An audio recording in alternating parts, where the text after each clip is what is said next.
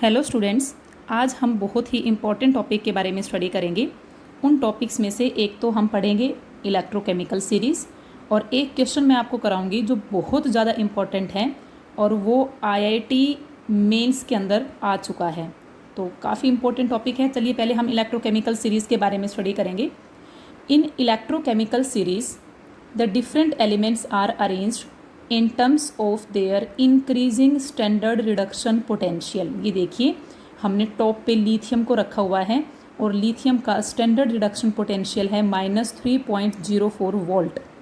As we move down the group then this standard reduction potential goes on increasing. देखिए, zinc का standard reduction potential है that is -0.76।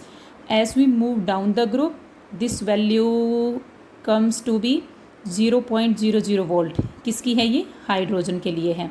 अगर आप और down the group move करोगे तो देखिए क्या होगा, यही वैल्यू इंक्रीज होनी शुरू हो जाएगी और ये गोल्ड के लिए यही वैल्यू आई है 1.5 वोल्ट पॉजिटिव वैल्यू। और अगर आप और डाउन जाते हैं तो यही वैल्यू आपके पास है फ्लोरीन की highest that is 2.87। It means अगर हम इलेक्ट्रोकेमिकल सीरीज़ में टॉप से बॉटम मूव करते हैं देन स्टैंडर्ड रिडक्शन पोटेंशियल की वैल्यू गोज ऑन इंक्रीजिंग। और अगर स्टैंडर्ड रिडक्शन पोटेंशियल की वैल्यू इंक्रीज होती है तो हम क्या कह सकते हैं? हम कह सकते हैं कि at the top best reducing agent is present. तो यहाँ पे लिथियम है, ये बेस्ट रिड्यूसिंग एजेंट है। बट डाउनवर्ड द ग्रुप क्या होगा? Reducing power goes on decreasing and oxidising power goes on increasing. तो ये देखिए, ऑक्सीडाइजिंग पावर अगर इंक्रीज हुई है तो हम फ्लोरीन को बोलते हैं best oxidising agent. So electrochemical series में down the group oxidising power increase होती है एंड रिड्यूसिंग पावर डिक्रीज होती है। इसको आप इस शॉर्ट ट्रिक से लर्न कर सकते हैं इस इलेक्ट्रोकेमिकल सीरीज़ को। हालांकि इसको लर्न करने की ज़रूरत नहीं है, बट फिर भी आपको थोड़ा सा आइडिया हो जाएगा कि इस सीरीज़ में कौन कहाँ पे लाई करता है। लिथम के बाप से काका ने मांगी अलमारी, मनी जमीन कार फ्रिज कड़े, कौनी स्नेह परबाही कुटेगी, होगी आगे पड़े पिटाई आओ। तो इससे आपको एक ये क्लू मिल जाएगा कि कौन सा एलिमेंट कहाँ पे अरेंज है, जिससे आप उसकी रिएक्टिविटी वगैरह के बारे में बता सकते हैं। तो ये इलेक्ट्रोकेमिकल सीरीज़ है। अब देखिए, हम डिस्चार्ज पोटेंशियल की बात करते हैं और हम बोलते हैं कि more is the reduction potential, more is the tendency to get reduced, या more is the oxidation potential, more is the tendency to get reduced. तो रिस्पेक्टिव एनोड पे या रिस्पेक्टिव कैथोड पे कौन सा आयन पहले डिस्चार्ज होगा, कौन सा आयन बाद में डिस्चार्ज होगा ड्यूरिंग द इलेक्ट्रोलिसिस प्रोसेस, तो उसके लिए हम ये सीरीज़ लर्न कर सकते हैं। कैटायंस जब डिस्चार्ज होते हैं तो पोटेशियम से ज़्यादा टेंडेंसी होती है कैल्शियम की डिस्चार्ज होने की, उससे ज़्यादा होती है सोडियम आयन की, देन मैग्नीशियम आयन की, then aluminium ion, then zinc ion, then iron. अब देखिए, ये कैटायंस हैं, तो कैटायंस कहाँ पे डिस्चार्ज होंगे? कैटायंस होंगे कैथोड पे। और अगर ये कैथोड पे डिस्चार्ज होते हैं तो कैथोड पे क्या होता है? कैथोड पे तो रिडक्शन होता है। इट मीन्स इनमें से फास्टली रिडक्शन किसका होगा? तो जब आप यहाँ टॉप से बॉटम मूव कर रहे हैं तो यहाँ पे रिड्यूस होने की टेंडेंसी इंक्रीज होती जा रही है, राइट।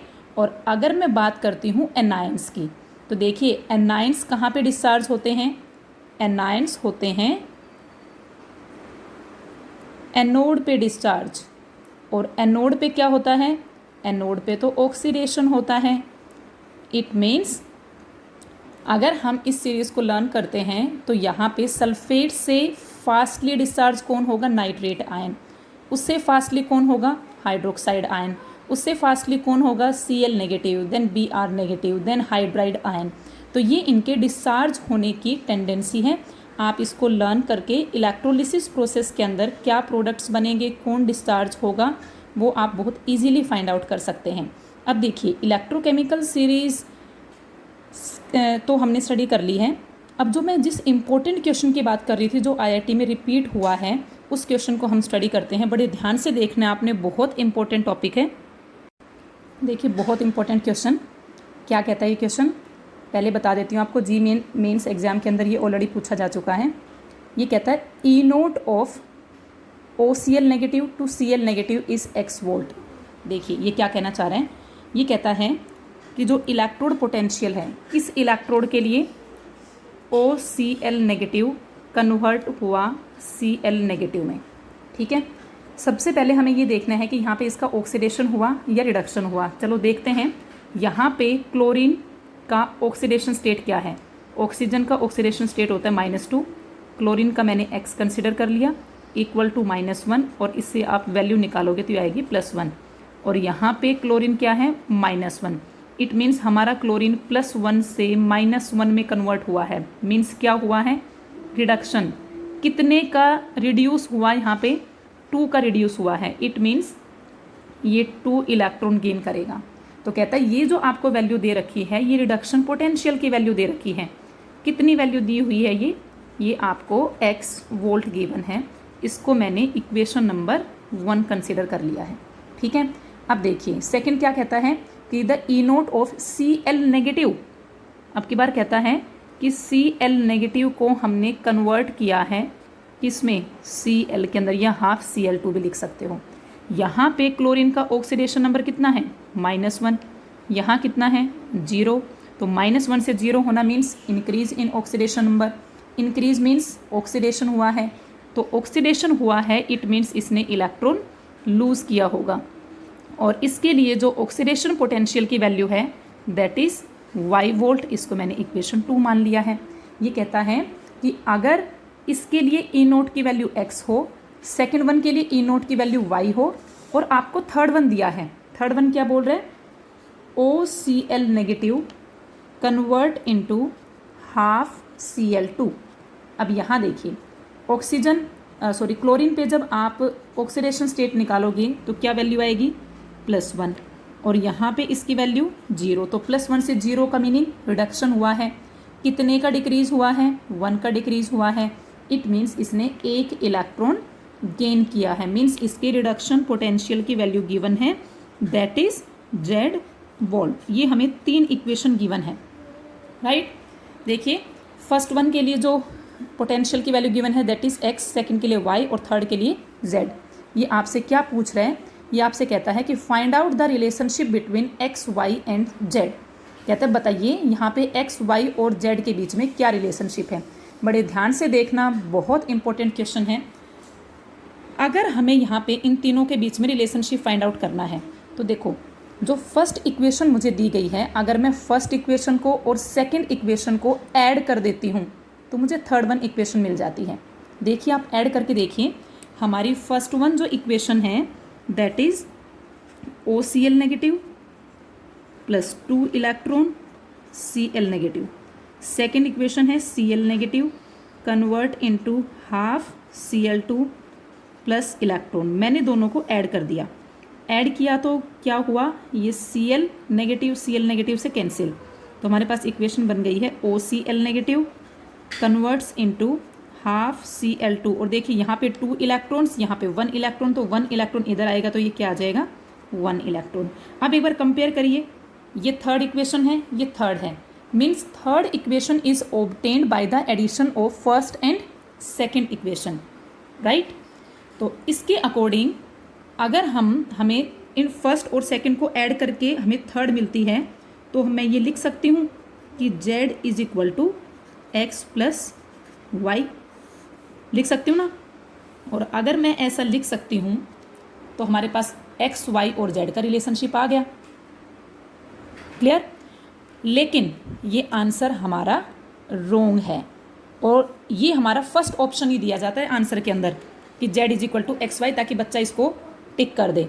लेकिन आपने ध्यान देना है हम ऐसा क्यों नहीं कर सकते। देखो मैंने पहले ही आपको बता दिया कि आप लोग जो मिस्टेक करोगे वो मिस्टेक यहाँ पे ये होगी कि आप यहाँ पे सेल पोटेंशियल्स को ऐड करोगे, लेकिन हम सेल पोटेंशियल्स को ऐड नहीं कर सकते। क्यों ऐड नहीं कर सकते, because cell potential is an intensive property. ये अमाउंट ऑफ द सब्सटेंस पे डिपेंड नहीं करता, इंटेंसिव प्रॉपर्टी है ये। तो इंटेंसिव प्रॉपर्टीज़ का आप ऐसे एडिशन नहीं कर सकते। हाँ, आप एक केस में एडिशन कर सकते हैं, अगर नंबर ऑफ इलेक्ट्रॉन्स लॉस्ट और गेंड अगर ये दोनों इक्वल हो जाएं तो हम सेल पोटेंशियल को ऐड कर सकते हैं। लेकिन यहाँ देखिए कि यहाँ 2 इलेक्ट्रॉन्स गेन हुए हैं और यहाँ 1 इलेक्ट्रॉन लूज हुआ है, तो आप इन दोनों को ऐड नहीं कर सकते, राइट। तो इसके लिए आपको कुछ इंपॉर्टेंट पॉइंट्स ध्यान देने पड़ेंगे जो मैंने स्पेशल नोट के अंदर लिखे हुए हैं। ये इंपॉर्टेंट पॉइंट्स क्या हैं, ध्यान दें कि if E naught means standard electrode potential for 2 different electrodes are given, 2 different electrodes के अगर सेल पोटेंशियल की वैल्यू गिवन है, and if we want to calculate the electrode potential for third electrode by using these 2 electrodes, then firstly convert E note into G note. कहता है पहले उस E note को G note में convert करिए और तब इस तरह से आप एडिशन करिए। सेकेंड पॉइंट में बताया गया है कि the value of electrode potential does not change when it is multiplied और डिवाइडेड बाई ए कोफिशिएंट। अगर हम इसको किसी कोफिशिएंट से मल्टीप्लाई कर दें या डिवाइड कर दें तो उससे इलेक्ट्रोड पोटेंशियल है उसकी वैल्यू चेंज नहीं होती, क्योंकि ये एक इंट्रिंसिक प्रॉपर्टी है। तो हम इस इंट्रिंसिक प्रॉपर्टी को इस तरह से एडिशन करके और हम ये वैल्यू नहीं निकाल सकते। सेल पोटेंशियल को हम ऐड कर सकते थे अगर यहाँ पे number of electrons lost is equal to number of electrons gained हो, लेकिन ऐसा नहीं है। और मल्टीप्लाई हमने करना नहीं है, क्योंकि मल्टीप्लाई करने से किसी नंबर से या डिवाइड करने से सेल पोटेंशियल पे कोई चेंज नहीं आता, क्योंकि वो इंट्रिंसिक प्रॉपर्टी होती है। तो अगर हमने ये आंसर निकाला है कि z is equal to x plus y, तो हमारा आंसर रोंग होगा। तो फिर हम इसको कैसे करेंगे वो देखिए। यहाँ पे फर्स्ट केस के अंदर देखिए ई नोट कितना दिया हुआ था हमें, x volt, and we all know कि delta G naught is equal to minus N F E naught. ये फॉर्मूला हम ऑलरेडी प्रीवियस लेक्चर के अंदर, प्रीवियस वीडियो के अंदर हम कर चुके हैं। तो यहाँ पे मैंने n की जगह क्या पुट किया, n means number of electrons use. तो यहाँ पे इलेक्ट्रॉन्स कितने यूज हुए हैं, 2 इलेक्ट्रॉन्स, तो मैंने n की जगह यहाँ पे 2 पुट कर दिया। f मीन्स फेराडे, ई नोट की वैल्यू कितने गिवन है, x, तो मेरे पास वैल्यू आ गई है डेल्टा जी की, जो कितनी आई -2f(x), ये हमारी फर्स्ट इक्वेशन है। इसी चीज़ को मैंने सेकेंड इक्वेशन पे अप्लाई किया, तो ये डेल्टा जी नोट 2 मैंने लिख दिया है माइनस n यहाँ पे कितना है, 1 इलेक्ट्रॉन इज लॉस्ट, तो n की जगह 1 पुट किया, f और e नोट की जगह क्या पुट कर दिया, y। ये हमारे पास इक्वेशन 1 है, ये इक्वेशन 2 है। और इक्वेशन 3 जब हमने पुट किया तो देखिए यहाँ पे भी n की वैल्यू कितनी, 1 electron is gained, so n is 1, then f और e नोट की जगह हमने क्या पुट कर दिया, z। और आपको पता है कि third equation is obtained by the addition of equation first and second. तो देखिए सेल पोटेंशियल को तो हम ऐड नहीं कर सकते थे, लेकिन हम गिब्स फ्री एनर्जी चेंज को ऐड कर सकते हैं, because the change in Gibbs free energy is an extrinsic property. ये इंट्रिंसिक नहीं है, ये एक्सट्रिंसिक प्रॉपर्टी है। ये इंट्रिंसिक, एक्सट्रिंसिक, ये हम 11th क्लास में थर्मोडायनेमिक्स में ऑलरेडी स्टडी कर चुके हैं। तो हम यहाँ पे z की वैल्यू को ऐड कर सकते हैं। अब आप देखिए मैंने इनका रिलेशनशिप फाइंड आउट करने के लिए इक्वेशन 1 और इक्वेशन 2 को ऐड किया, जिससे हमें इक्वेशन 3 मिल जाएगी। So delta G naught plus delta G naught 2 is equal to delta G naught 3। यहाँ से तीनों में से माइनस भी कॉमन आ रहा है और f भी कॉमन आ रहा है, तो मैंने यहाँ से f और माइनस को हटा दिया, तो मेरे पास क्या बचेगा, z is equal to 2x plus Y. So यहाँ पे जो रिलेशनशिप होगा वो होगा z is equal to 2x plus Y. ये रिलेशनशिप कभी भी इसका answer z is equal to x plus Y मत लिख देना, ध्यान देना। सेल पोटेंशियल को आप ऐसे ऐड नहीं कर सकते, हाँ आप डेल्टा जी को ऐड कर सकते हैं। बहुत इंपॉर्टेंट टॉपिक है। तो इसी टाइप के ही मैंने क्वेश्चंस की प्रैक्टिस आपको असाइनमेंट में दिए हैं, तो आपको नेक्स्ट जो भी असाइनमेंट मिलेगा उस असाइनमेंट में इस टाइप के क्वेश्चंस आपको मिलेंगे, आप करके देखिए। और IIT मेंस के लिए काफ़ी इंपॉर्टेंट क्वेश्चन है ये, नीट वाले बच्चे भी कर सकते हैं इसे। चलिए अब एक और इम्पोर्टेंट डिस्कशन की तरफ बढ़ते हैं हम। टॉपिक है spontaneity in terms of delta G and E naught cell. तो अगर हमारी सेल रिएक्शन स्पॉन्टेनियस होगी तो ये हम ऑलरेडी स्टडी कर चुके हैं कि उसके लिए जो हमारी सेल का EMF होगा that is positive. So cell reaction अगर पॉजिटिव होती है तो डेल्टा जी उसके लिए क्या होगा, नेगेटिव, और ई नोट सेल उसके लिए क्या होगा, पॉजिटिव। अगर हमारी सेल रिएक्शन इक्विलिब्रियम में है तो इक्विलिब्रियम के लिए क्या होगा, डेल्टा जी है वो भी 0 होगा और ई नोट सेल है वो भी 0 होगा। But if our cell reaction is non spontaneous then delta G की वैल्यू है वो पॉजिटिव होगी और ई नोट सेल की वैल्यू नेगेटिव आएगी, राइट। तो तो ये spontaneity in terms of delta G and E naught cell है। 1 मार्क क्वेश्चन नीट स्टूडेंट्स ध्यान दें, 1 मार्क क्वेश्चन ये इसमें से पूछ सकते हैं कि what is the criteria of spontaneity in terms of delta जी और ई नोट सेल, और उसके अंदर आपको डिफरेंट ऑप्शंस दे सकते हैं। तो स्पॉन्टेनिटी केवल तभी होगी when delta G is negative and E naught cell is positive. अब हम पढ़ते हैं ओवर वोल्टेज के बारे में। देखिए नाम से ही हमें पता चल रहा है ये ओवर वोल्टेज क्या होता है। Over means extra, voltage means extra voltage. अब ये एक्स्ट्रा वोल्टेज का मीनिंग क्या है, देखिए इसके लिए हमने एक एग्जाम्पल पढ़ा है, electrolysis of aqueous solution of NaCl। अगर हम एक्वस सॉल्यूशन ऑफ NaCl की अगर हम इलेक्ट्रोलिसिस करेंगे तो देखिए क्या होगा, NaCl dissociates to give Na positive ion and Cl negative ion. अब देखिए कैथोड पे क्या रिएक्शन होगी, कैथोड पे या तो हमारी रिएक्शन ये हो सकती है कि Na पॉजिटिव डिस्चार्ज हो, लेकिन उसका डिस्चार्ज पोटेंशियल की वैल्यू क्या है, -2.71 वोल्ट है, या फिर क्योंकि हम एक्वस केस ले रहे हैं तो वहाँ पे वाटर का भी तो डिस्चार्ज हो सकता है। सो अगर वाटर डिस्चार्ज होगा तो that is water combines with 2 electrons and gives hydrogen gas and 2 OH negative ion. इसका जो रिडक्शन पोटेंशियल है दैट इज़ -0.83 वोल्ट। कैथोड पे इन दोनों में से कौन डिस्चार्ज होगा, कौन रिड्यूस होगा, जिसका रिडक्शन पोटेंशियल ज़्यादा होगा।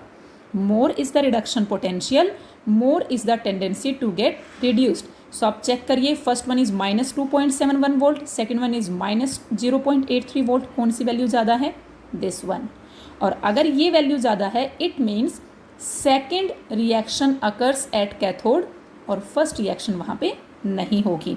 अब हम चलते हैं एनोड की तरफ। देखिए एनोड पे भी दो रिएक्शन हो सकती हैं। फर्स्ट वन रिएक्शन क्या हो सकती है वहाँ पे, either Cl negative from NaCl discharge to give Cl2। इसका जो ऑक्सीडेशन पोटेंशियल है दैट इज़ -1.36 वोल्ट। या फिर वाटर का भी ऑक्सीडेशन हो सकता है क्योंकि हम एक्वस केस लिए हुए हैं। तो अगर वाटर का ऑक्सीडेशन हुआ तो वाटर कन्वर्ट हो जाएगा ½ O2 + 2H पॉजिटिव। तो इसका जो ऑक्सीडेशन पोटेंशियल है that is -1.23 volt. And we all know more the value of oxidation potential more is the tendency to get oxidised. अब इन दोनों में आप चेक करिए, इन दोनों में ज़्यादा वैल्यू कौन सी है, तो ज़्यादा वैल्यू तो ये है -1.23। इट मीन्स वहाँ पे क्या होना चाहिए, वहाँ पे वाटर का ऑक्सीडेशन होना चाहिए। लेकिन एक्चुअल केस की जब हम बात करें तो वहाँ पे वाटर का ऑक्सीडेशन नहीं होता। और क्या होता है वहाँ पे क्लोरीन गैस प्रोड्यूस होती है। तो ऐसा क्यों हुआ, क्योंकि ऑक्सीडेशन पोटेंशियल तो इसका ये इसका वैल्यू कम है तो ये तो नहीं होना चाहिए, बट ये हुआ है। वो इसलिए क्योंकि ये जो सेकंड वाली इक्वेशन है, दो this equation is feasible but this is kinetically slow reaction. ये रिएक्शन काफ़ी स्लो होती है। तो इसको कराने के लिए, इस रिएक्शन को कराने के लिए कुछ एक्स्ट्रा वोल्टेज की ज़रूरत पड़ती है। वो जो हमने एक्स्ट्रा वोल्टेज यहाँ पे दी है that extra voltage is known as over voltage. तो यहाँ इस केस के अंदर फोर्थ रिएक्शन होनी चाहिए थी बट फोर्थ ना होके और वहाँ पे रिएक्शन कौन सी होती है, ओनली इक्वेशन 3 अकर्स। और ऐसा क्यों हुआ है, वो ऐसा यहाँ पे इसलिए हुआ बिकॉज इक्वेशन 4 इज दो feasible but kinetically so slow that at lower voltages they don't seem to occur and hence require some extra voltage known as over voltage and also known as bubble voltage. So over voltage क्या हुआ, required voltage कितना है और actual में उस reaction के लिए standard potential कितना है, उन दोनों का जो डिफरेंस हुआ that is known as over voltage. Means मान लो किसी रिएक्शन को होने के लिए वोल्टेज है चाहिए x वोल्ट और एक्चुअल में एक्स्ट्रा रिक्वायर्ड वोल्टेज कितना है y, तो वहाँ पे क्या होगा y - x। ये जो हमने एक्स्ट्रा वोल्टेज प्रोवाइड किया है that extra voltage is known as over voltage. So आज की वीडियो के अंदर हमने एक तो वो डिसप्रोपोर्शनेशन वाला कंसेप्ट पढ़ा है कि जब एक ही एलिमेंट एक से ज़्यादा ऑक्सीडेशन स्टेट शो करता है, जैसे क्लोरीन +1 भी शो करता है, -1 भी शो करता है, आयरन +2 भी शो करता है, +3 भी शो करता है, कॉपर का आप एग्जांपल ले सकते हैं, +1 भी शो करता है, +2 भी शो करता है। So those elements which show more than 1 oxidation state means which can undergo disproportionation, तो उनके लिए हम किस तरह से ई नोट की वैल्यू फाइंड आउट करते हैं, जो मैंने आपको बताया है कि आईआईटी का में काफ़ी इंपॉर्टेंट क्वेश्चन है वो, तो आप उसको पढ़िए और ओवर वोल्टेज का कंसेप्ट समझिए। होप आपको समझ आया होगा। Thank you.